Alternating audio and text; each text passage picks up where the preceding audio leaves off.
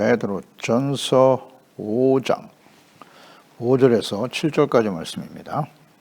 5장 5절에서 7절까지 읽습니다. 젊은 자들아, 이와 같이 장로들에게 순종하고 다 서로 겸손으로 허리를 동이라.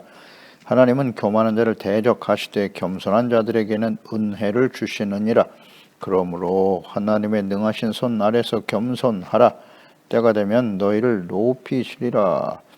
너희의 염려를 다 주께 맡기라. 이는 그가 너희를 돌보심이라. 아멘. 하나님 앞에서 겸손하라.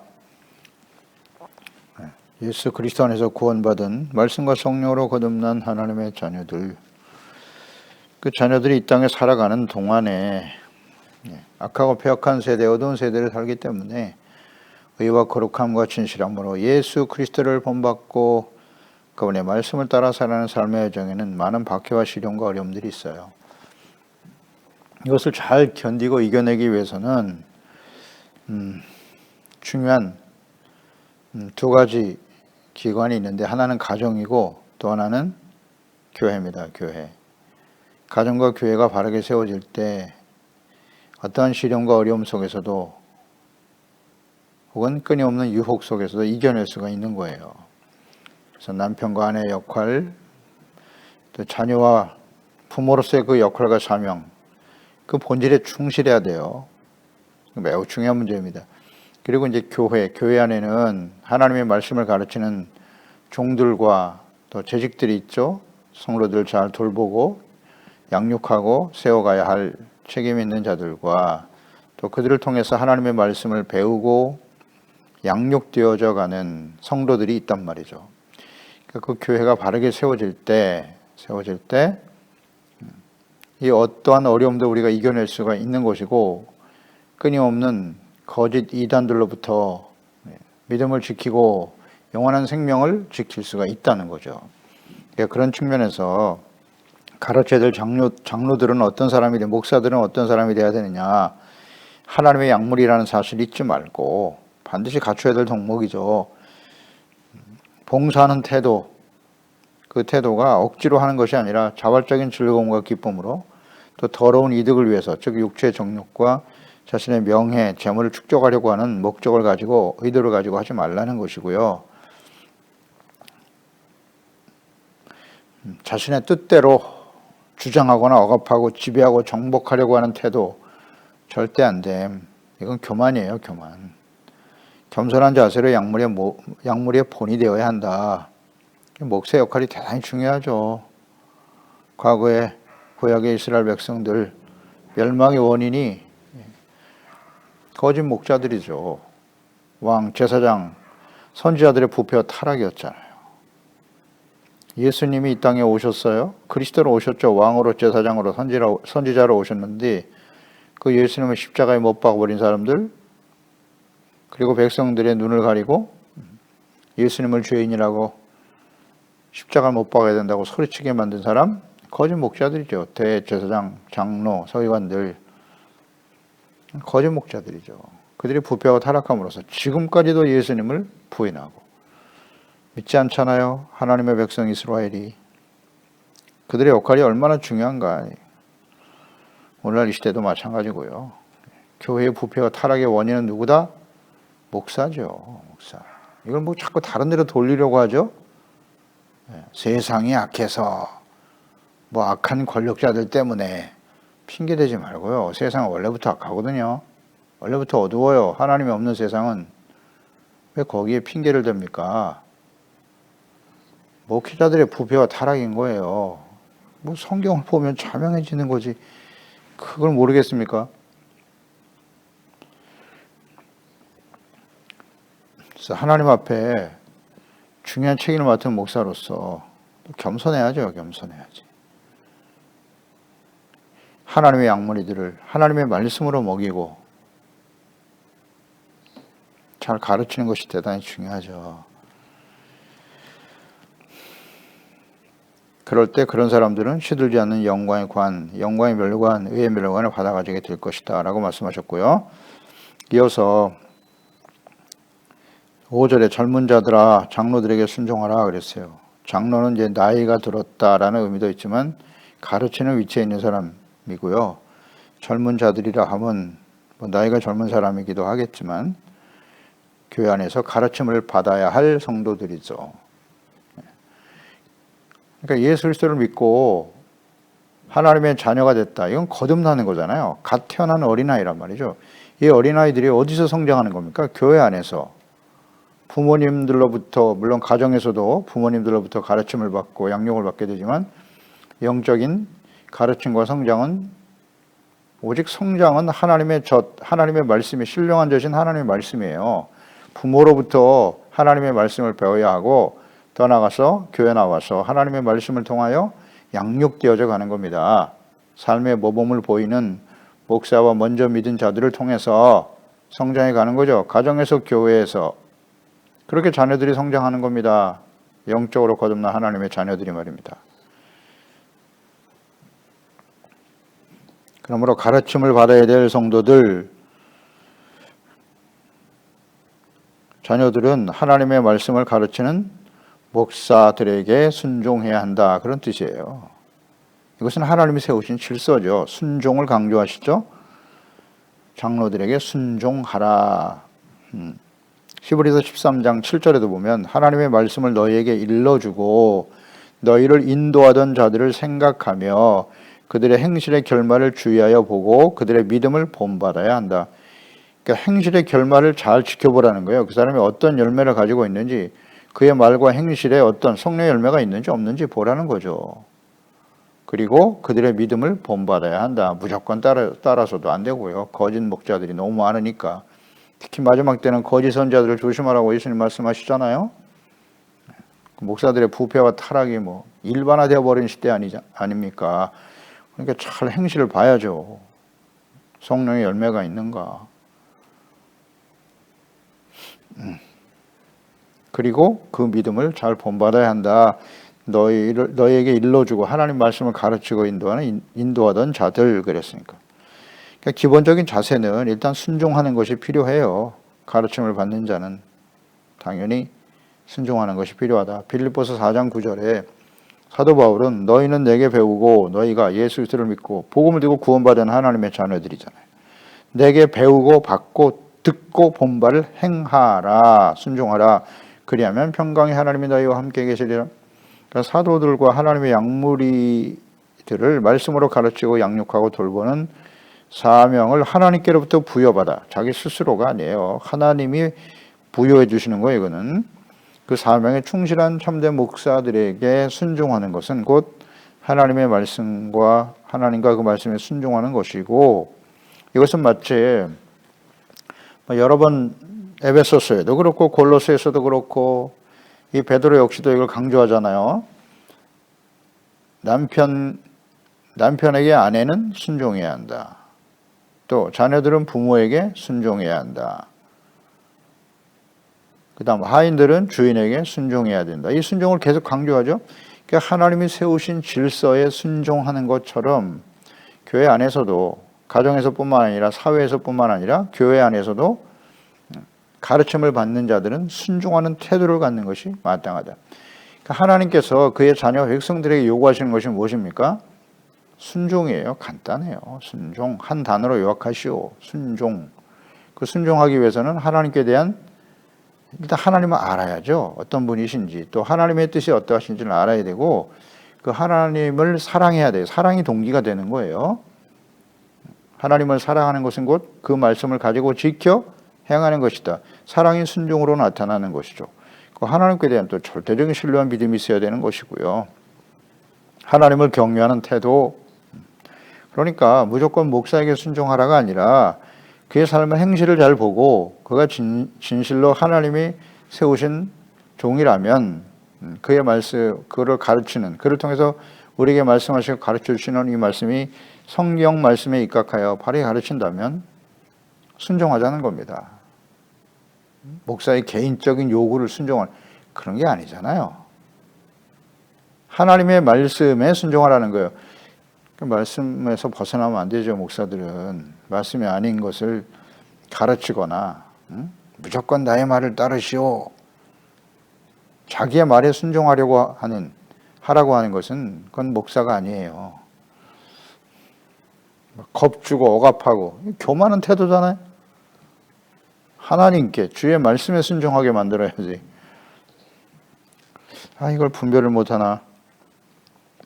그러니까 근본적인 자세는 하나님께 순종하는 거예요.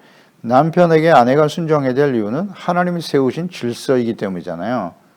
그래서 하나님 앞에 순종하는 거예요. 그냥 단순히 사람인 목사에게 순종하는 게 아니라 하나님이 세우신 질서에 순종한다는 뜻이에요. 그 의미를 잘 이해해야죠. 그것이 매우 중요해요. 그런 측면에서 보면 하나님의 말씀으로 바르게 가르치며 양무리들에게 본을 보이는 참된 목사를 만나는 것은 매우 중요하다. 그 사람이 뭐 설교를 얼마나 잘하고 그런 건 중요하지 않아요. 참된 목사냐? 무엇이 참된 목사냐? 오늘 말씀에 나와 있잖아요. 더러운 일을 취하지 아니하고 항상 겸손한 자세로 삶을 통하여 본을 보이고, 그렇죠? 양무리의 본을 보이고, 맡은 자에게 주장하는 자세로 하지 말고 그랬잖아요. 억압하고 주장하고 교만하고 잘난 체 하자니 또 들어보면 알잖아요. 네. 우린 다 하나님 앞에서 책망과 바르게 함과 의로 교육하기에 유익한 하나님의 말씀으로 권면하는 사람. 그게 진짜 목사죠. 내 생각과 내 뜻이 이러하니 당신들도 따르시오. 교만이죠. 다 서로 겸손으로 허리를 동여라. 하나님은 교만한 자를 대적하신다. 겸손한 자들에게 은혜를 주시나니라. 아멘입니다. 서로 그랬어요. 가르치는 자나 가르침을 받는 자나 장로나 젊은 자나 목사나 성도나 하나님 앞에서 서로니까 하나님 앞에 서 있는 거잖아요. 교회 안에서의 생활은 하나님 앞에서의 삶이거든요. 뭐 가정이나 삶에 우리 직장이나 사회, 학교에서의 생활, 사회생활 전부 다 하나님 앞에서의 삶인 것이지만 그래서 서로 겸손해야 한다. 서로라는 말을 주목하시고 겸손으로 허리를 동여라. 그러니까 허리를 동인다라고 하는 말은 당시에 노예들이 허리에 띠를 띠고 섬겼단 말이죠. 그러니까 앞치마 등으로 허리를 매기도 하고 그러니까 허리를 동이는 것이 곧 노예와 종의 표시였어요. 주인들은 허리를 동이는 그런 일이 없어요. 노예들만 허리에 띠를 띠고 섬기는 거예요. 따라서 허리를 동이라, 겸손과 허리를 동인다. 이게 겸손으로 허리를 동이라고 하는 것이니까 이것은 곧 종의 자세로 섬기라는 거예요. 언제나 종의 자세로 섬겨라. 그러니까 하나님 안에서 말씀을 전하고 가르치는 목사나 배움을 받는, 가르침을 받는 성도나 우리의 주인은 누구냐? 하나님과 예수 그리스도이세요. 그 그리스도 앞에서 항상 우리는 모두가 다 겸손으로 허리를 동여야 된다는 거죠. 겸손, 종된 자세로 섬겨라. 교회의 주인은 오직 예수님이세요. 아멘. 목사가 주인이 아니고 장로들이 주인이 아닙니다. 성도들이 주인이 아니에요. 하나님이 주인이라고요. 예수 그리스도가 머리시잖아요. 예수님이 주인이시니까 우리는 오직 주님의 말씀에 순종하도록 해야 하는 거예요. 목사의 뜻에 순종하시오. 그건 다 가짜입니다. 하나님의 말씀과 뜻이 이러합니다. 그러니 우리는 하나님의 뜻을 위해서 함께 순종합시다. 그게 맞죠? 목사는 장로와 성도들의 뜻을 따라야 합니다. 그것도 가짜예요. 가짜입니다. 세상에서나 그렇게 하는 거지. 교회 안에서는 주인은 오직 하나님, 예수 그리스도. 그러니까 다 종된 마음을 가져야죠. 서로입니다. 서로. 겸손이 없이는 그건 다 가짜예요. 겸손이 언제나 뿌리예요. 심령이 가난한 자는 복이 있나니 천국이 저희 것입니다. 심령이 가난한 자, 겸손한 사람들이잖아요. 겸손한 사람들이 모인 곳이 하나님의 나라인 거예요. 겸손하지 못하면 절대 천국에 못 가. 종된 마음으로 서로 섬기려고 하는 교회, 그게 진짜 교회죠. 주인이신 하나님과 예수 그리스도 앞에 가르치는 위치에 있는 목사나 배우하는 성도들은 모두 다 겸손해야 한다. 겸손해야 될 이유는 무엇입니까? 교만한 자는 하나님이 대적하시거든요. 겸손한 자에게 은혜를 주시기 때문에 겸손해야 하는 거예요. 교만하면 대적하세요. 하나님은 교만한 자를 가만두지 않아요. 내치신다고요. 교만한 목사, 교만한 장로나 재직과 성도들, 그런 사람들이 모여있는 교회 아무 상관없죠. 하나님과. 하나님은 그런 자들과 함께 하시지 않아요. 교만하면 대적하신다니까요. 겸손한 자에게만 은혜를 주신다. 자, 여기 생각해 보죠. 겸손한 자에게 주시는 은혜는 무엇일까요? 하나님 주시는 은혜는 뭐죠? 일단 먼저는 죄사함이죠. 그러니까 죄사함을 받는다라고 하는 것은 일단 하나님을 알아야죠. 그 말씀이 어떠하신가를 깨닫고 그 말씀 앞에 자신이 얼마나 심각한 죄인인가를 깨닫고 돌이켜 회개하고 용서받는 거. 이게 가장 큰 은혜죠. 그래서 의롭다함을 얻는 게 은혜입니다. 은혜. 그리고 더 나아가서 하나님과 화목하게 되는 은혜. 그리고 더욱 성숙한 믿음으로 구원을 온전히 이루어가게 하시는 은혜. 구원이 은혜로 주어지는 거죠. 거듭남, 구원이 은혜로 되는 것처럼 과거 완료가 아니라고 했어요. 시작일 뿐이죠. 계속 성화되어져 가서 하나님 앞에 설 때 구원이 완성된단 말이에요. 이 모든 과정이 다 은혜란 말이죠. 하나님의 은혜로 되는 것임을 생각해야 합니다.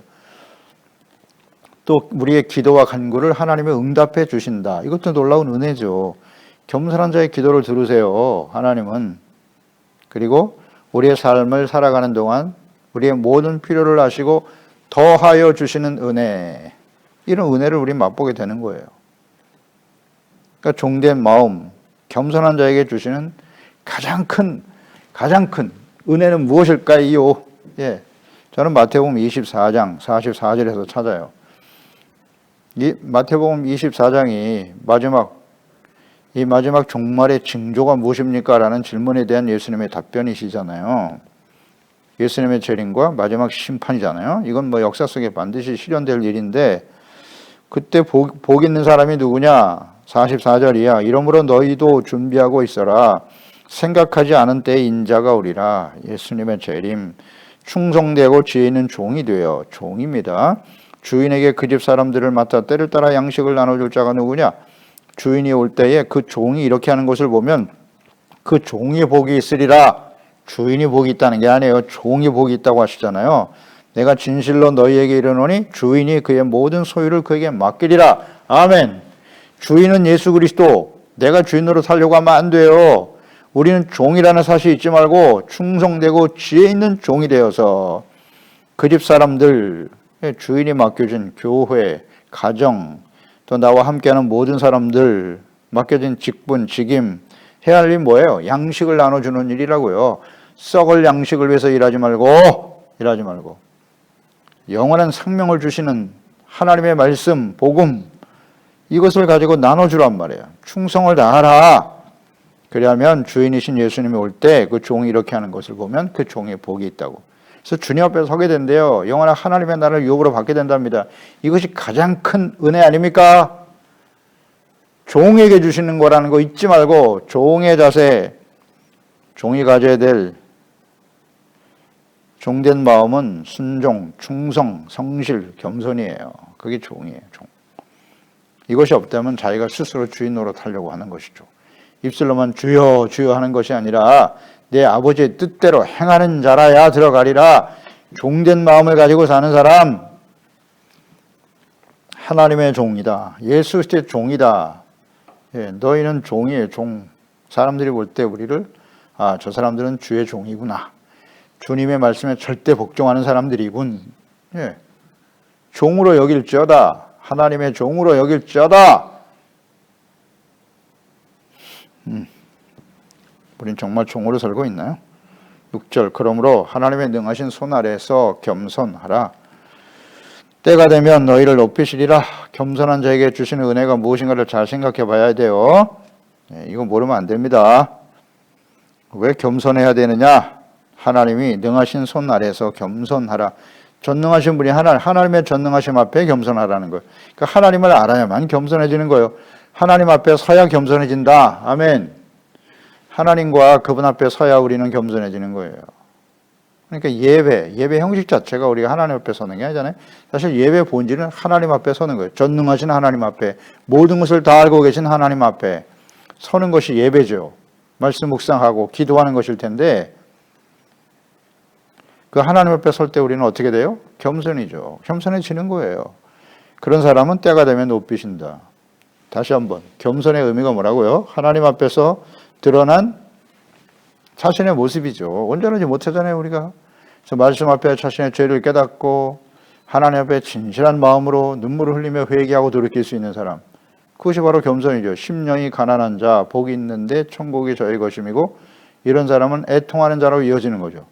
자신의 죄 때문에 눈물을 흘리고 온유한 자가 되죠. 온전한 순종으로 이어지겠죠, 겸손한 사람은. 그리고 의를 생명처럼 소중하게 여기는 거예요. 하나님의 뜻에 온전히 순종하는 의의 삶. 온유, 의로움, 그리고 다른 사람을 긍휼히 여기는 자가 되는 거죠. 불쌍히 여기고. 하나님 앞에 우리가 긍휼이 필요하기 때문에. 그런 사람은 마음이 청결하고 순전해요. 그리고 화평케 하는 자죠. 내가 용서받았으니까 다른 사람도 이해하고 용납하게 되고 의를 위해서 박해를 받는 것을 오히려 기뻐한다. 그러니까 팔복의 핵심은 겸손이에요. 겸손. 기초가 겸손이라고요. 겸손한 자에게 주시는 복이고 그런 사람들의 특성이에요. 이게 복이라고요. 아멘. 팔복이 겸손으로부터 시작되는 거예요. 겸손이란 그런 거예요. 종된 마음. 그렇게 겸손, 하나님의 능하신 손 아래에서 겸손하면 때가 되면 그런 사람들을 높이신다. 이 때가 되면 높이신다는데 이 때가 어느 때입니까? 때는 언제일까요? 마태복음 18장 1절로 4절. 그때에 제자들이 예수께 나와 이르되 천국에서는 누가 크니까? 예수께서 한 어린아이를 불러 그 가운데 세우시고 이르시되 진실로 내게 이르노니 너희가 돌이켜 어린아이들과 같이 되지 아니하면 결탄코 천국에 들어가지 못하리라. 그러므로 누구든지 이 어린아이와 같이 자기를 낮추는 사람이 천국에서 큰 자니라. 아멘. 하나님이 큰 자 높여주신 때가 언제요? 천국에서 그랬잖아요. 천국에서는 누가 크니까? 라고 물어보니까 예수님이 어린아이와 같이 돼야 된다고. 어린아이들과 같이 되지 아니하면 결단코란 말을 쓰셨어요. 천국에 못 들어간다. 자기를 낮추는, 이게 어린아이와 같다라는 것은 누구냐면 이 어린아이와 같이 자기를 낮추는 사람이래요. 겸손이죠, 겸손. 겸손이 없이는 결단코 천국에 못 들어간다라는 말씀이죠.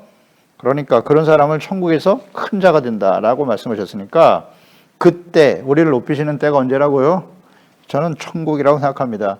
천국, 이 천국에 서게 된다라고 하는 것은 두 가지 의미가 있겠죠. 하나는 우리가 개인적으로 인생을 마감하거나 혹은 주님이 약속하신 대로 예수 그리스도의 재림이죠.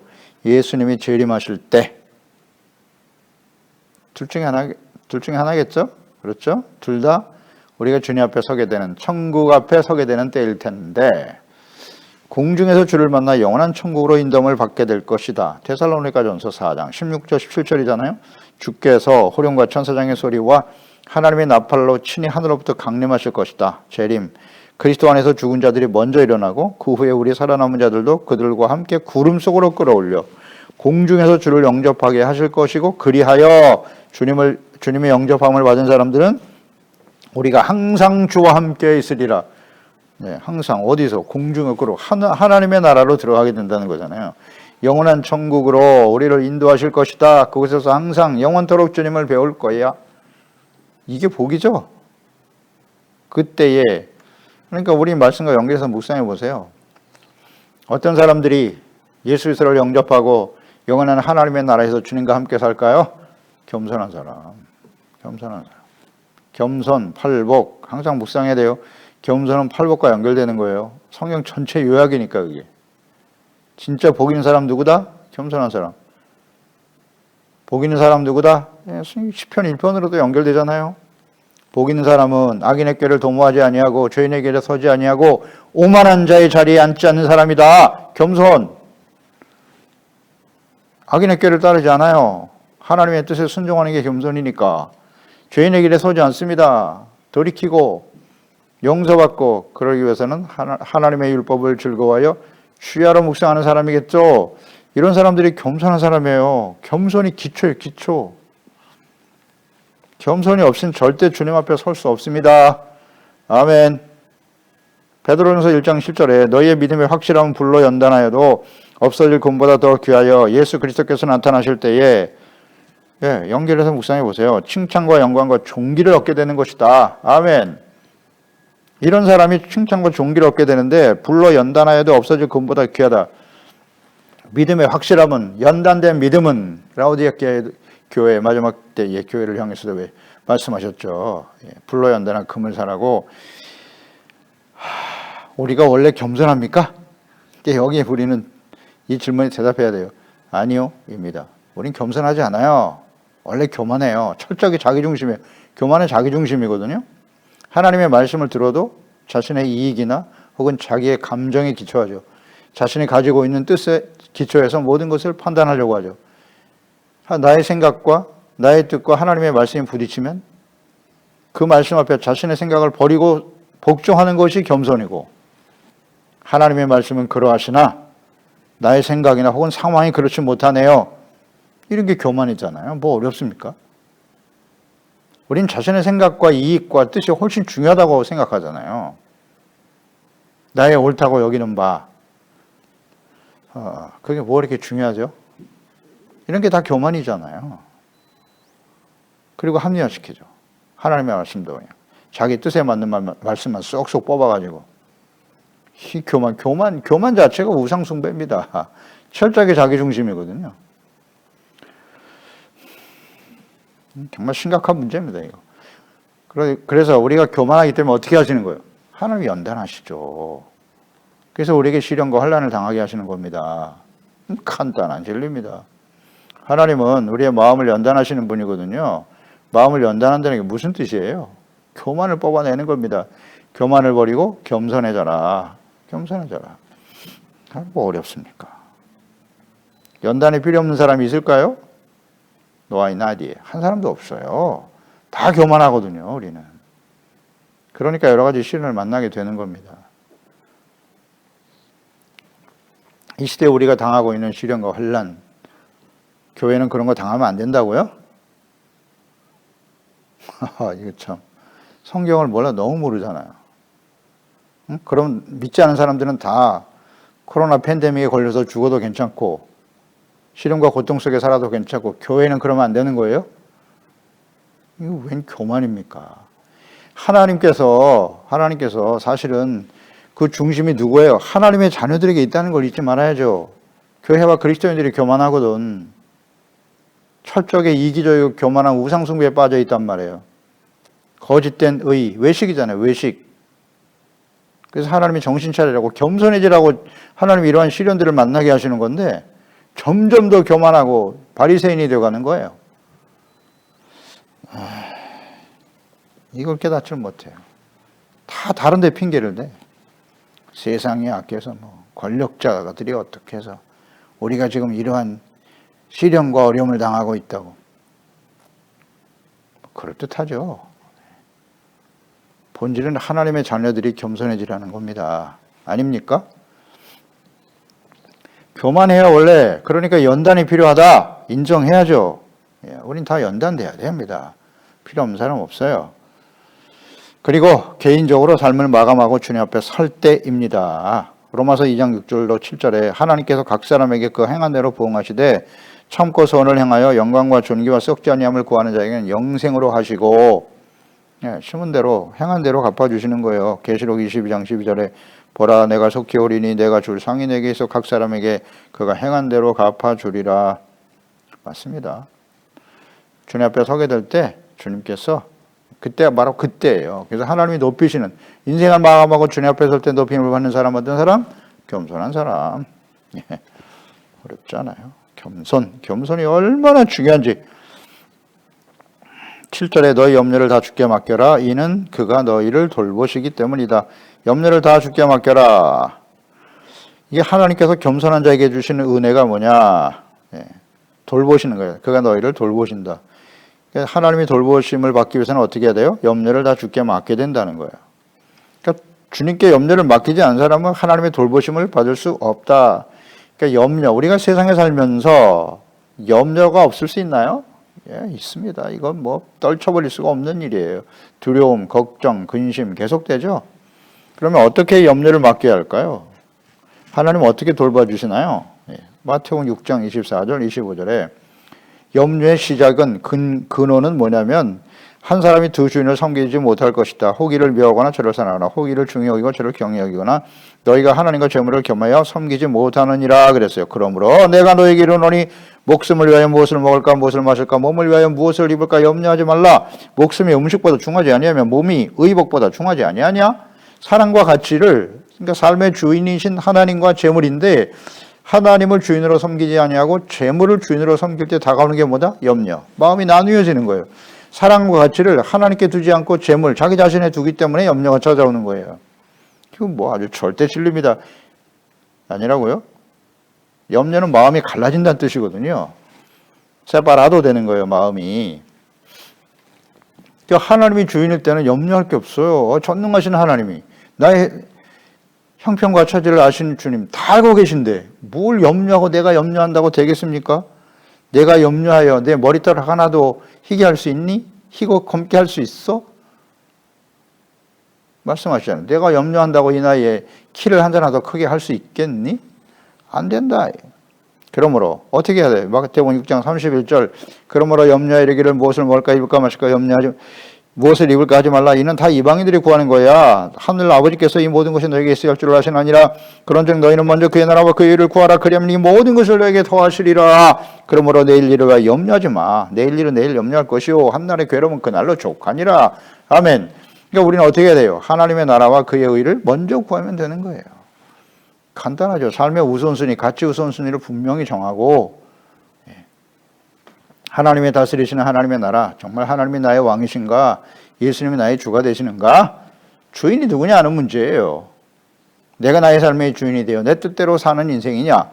하나님의 다스림을 받아 하나님의 말씀에 순종하고 따르는 삶이 되어지는 것이냐? 간단한 문제죠. 하나님 말씀을 순종하는 게 의거든요. 근데 하나님도 모르고 말씀도 몰라. 관심도 없어. 철저하게 자기중심이지 뭐. 그러니까 염려가 떠나질 않는 겁니다. 내 생각대로 됩니까? 인생이. 그래서 염려가 찾아오는 거예요. 또 하나 빌립보 4장 6절로 7절이죠. 아무것도 염려하지 말고 염려는 없을 수 없어요. 다만 이 모든 일에 기도와 간구로 너희의 구할 것을 감사함으로 하나님께 아뢰라. 나의 삶에 되어지는 모든 일을 감사함으로써 하나님께 구하라는 거예요. 주님께 맡기라는 거죠. 그리하면 모든 지역이 뛰어나신 하나님 평강이 그리스도 예수 안에서 너희 마음과 생각을 지키시리라. 아멘입니다. 기도하겠습니다. 하나님 아버지, 오늘도 주의 말씀을 묵상합니다. 우리가 하나님의 자녀로서, 거듭난 하나님의 자녀로 세상에 살아가는 동안 많은 시련과 고난과 어려움을 당하게 되는데요. 이 모든 것을 극복하고 능히 승리하기 위해서는 우리의 가정을 잘 지켜야 되고 가정에서 우리가 해야 될 역할과 사명에 충실해야 되는 것이고 그리스도의 몸된 교회, 이 교회 또한 우리를 이 모든 고난과 시련과 어려움 속에서 지켜줄 수 있는데 그러기 위해서는 하나님의 말씀을 가르치는 목사나 또 가르침을 받는 우리 성도들이 어떠한 자세와 태도를 가져야 하는가에 대해서 자세히 말씀해 주고 있습니다. 주여, 근본적으로 우리는 가르침을 받는 자들에게 순종하는 자세를 갖게 도와주시고 겸손함을 지켜가야 합니다. 그럴 때 하나님이 그런 자들에게 겸손한 사람에게 은혜를 주시기 때문이에요. 주님의 전능하신 능력 안에서 늘 겸손한 자세로 주님께 모든 염려와 시련과 근심, 걱정, 염려 다 주님께 맡기고 하나님은 등이 이 모든 일을 이기게 하시고 또 우리를 온전케 하시는 하나님이심을 확신합니다. 그러므로 하나님 앞에 온전한 자세로 겸손한 자세로 섬기며 순종하고 감사함으로 기도하며 나가는 저희들이 다 되게 해주세요. 예수님의 이름으로 기도드리옵나이다. 아멘.